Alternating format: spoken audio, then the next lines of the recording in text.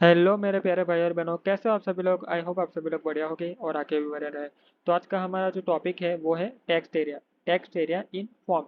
तो जब भी हमें हमारे फॉर्म के अंदर टेक्स्ट एरिया क्रिएट करना हो तो हम कैसे कर सकते हैं वो आज हम डिटेल में पढ़ने वाले हैं। तो सबसे पहले तो समझ लेते हैं कि टेक्स्ट एरिया आखिरकार होता क्या है। ये टेक्स्ट एरिया एलिमेंट क्या होता है हमारे फॉर्म के अंदर। तो प्रीवियसली आपने टेक्स्ट बॉक्स देखा होगा। टेक्स्ट बॉक्स में क्या होता है, आप एक सिंगल लाइन में लिख सकते हैं। पर यहाँ टेक्स्ट एरिया क्या है, आपको मल्टीपल लाइन मिलती है। अगर आपको क्लाइंट के पास से कोई एक बड़ा सा पैराग्राफ लिखवाना हो या तो फिर उसे क्लाइंट के पास से फीडबैक मांगना हो कि इस चीज़ का फीडबैक आप यहाँ पे लिख सकते हैं। यहाँ पे फीडबैक में क्या होता है कि मल्टीपल लाइंस यूज़र एंटर कर सकता है। बड़ा सा पैराग्राफ लिखना होता है फीडबैक में कि ये है वो है। उसके बाद हमारी कमेंट्स हो गई, कमेंट्स में भी मल्टीपल लाइन होती है। तो आप को जब भी यूजर के पास से कोई एक बड़ा सा पैराग्राफ एंटर कराना हो या मल्टीपल लाइंस को एंटर कराना हो तो उस समय आपको आपके फॉर्म में टेक्स्ट एरिया को क्रिएट करना पड़ता है। तो टेक्स्ट एरिया क्रिएट कैसे होता है, तो टेक्स्ट एरिया क्रिएट होता है ये इस टैग की मदद से, टेक्स्ट एरिया टैग की मदद से। जब भी आपको फॉर्म में टेक्स्ट एरिया क्रिएट करना हो तो टेक्स्ट एरिया टैग की मदद से क्रिएट होता है।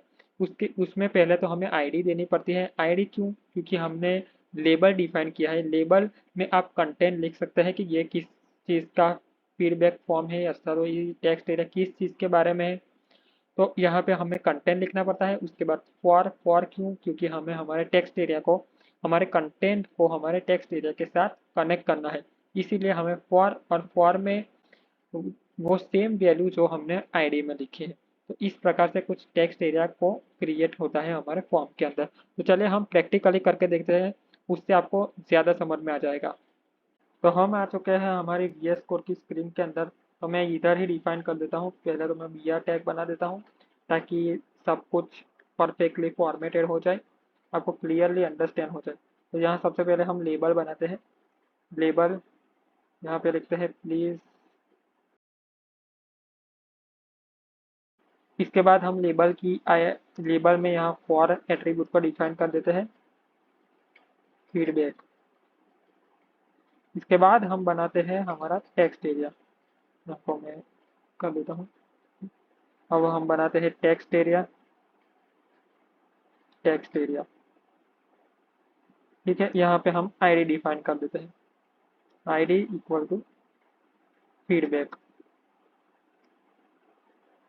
अब चलिए देखते हैं हमारे आउटपुट में कि हमारा टेक्स्ट एरिया क्रिएट हुआ है या नहीं हुआ है। तो हमारा टेक्स्ट एरिया क्रिएट हो चुका है। यहाँ पे जब भी मैं क्लिक करूँगा तो ये कनेक्ट हो गया है। यहाँ पे आप मल्टीपल लाइंस को लिख सकते हैं। और जब भी मैं सबमिट करूँगा तो अभी वैल्यू नहीं आई हमारे यूआरएल। क्यों नहीं आई, क्योंकि हमने अभी नेम को डिफाइन नहीं किया है। चलिए नेम देख लेते हैं और एक दो और एट्रीब्यूट देख लेते हैं हमारे टेक्स्ट एरिया के। चलिए यहाँ पे हम नेम दे देते हैं टेक्स्ट एरिया का। तो यहाँ पे दे देते हैं हम नेम। नेम इक्वल टू देते हैं फीडबैक। ठीक है, इसके बाद हम एक एट्रीब्यूट लिखते हैं रो। तो ये क्या करता है कि हमें जब भी हमारे टेक्स्ट एरिया की लेंथ को, हमारी रो को इंक्रीज करना है टेक्स्ट एरिया की, कर सकते हैं हम इसकी मदद से। तो यहाँ मैं लिख देता हूँ 10। और इसके बाद होता है कॉलम।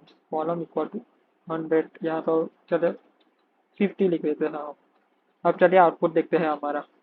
तो यहाँ पे हमारा आउटपुट शो हो गया है और हमारे टेक्स्ट एरिया की जो हाइट है वो थोड़ी बड़ी हो गई है, हाइट और विड्थ, क्योंकि हमने रो और कॉलम को थोड़ा इंक्रीज कर दिया है। इसकी मदद से हमारे टेक्स्ट एरिया की हाइट और विड्थ है वो थोड़ी लंबी हो गई है। तो अब जब कोई भी वैल्यू यहाँ पे एंटर कर सकते हैं।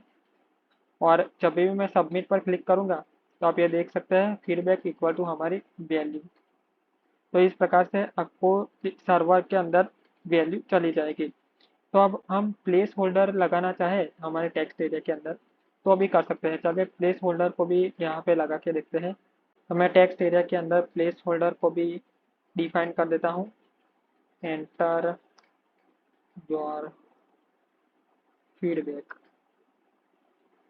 ठीक है, अब देखते हैं हमारा आउटपुट कि हमारा प्लेस होल्डर शो हुआ है या नहीं हुआ है। तो हमारे फॉर्म के अंदर प्लेस होल्डर आ गया है। हम कोई भी वैल्यू यहाँ पे एंटर कर सकते हैं और हमारा प्लेस होल्डर चला जाएगा और हमारी वैल्यू शो हो जाएगी। तो आप इस प्रकार से आपके फॉर्म के अंदर टेक्स्ट एरिया का यूज़ कर सकते हैं। जब भी आपको क्लाइंट के पास से, यूज़र के पास से मल्टीपल लाइन की वैल्यू लेनी हो तो आप टेक्स्ट एरिया का यूज़ कर सकते हैं। आई होप आपको इस वीडियो में टेक्स्ट एरिया समझ में आ गया होगा। समझ में आ गया हो तो लाइक ज़रूर कर दीजिएगा और सब्सक्राइब कर लीजिए ताकि आप भी हमारे साथ फुल स्टैक वेब डेवलपमेंट की जर्नी में जुड़ सके। Thank you.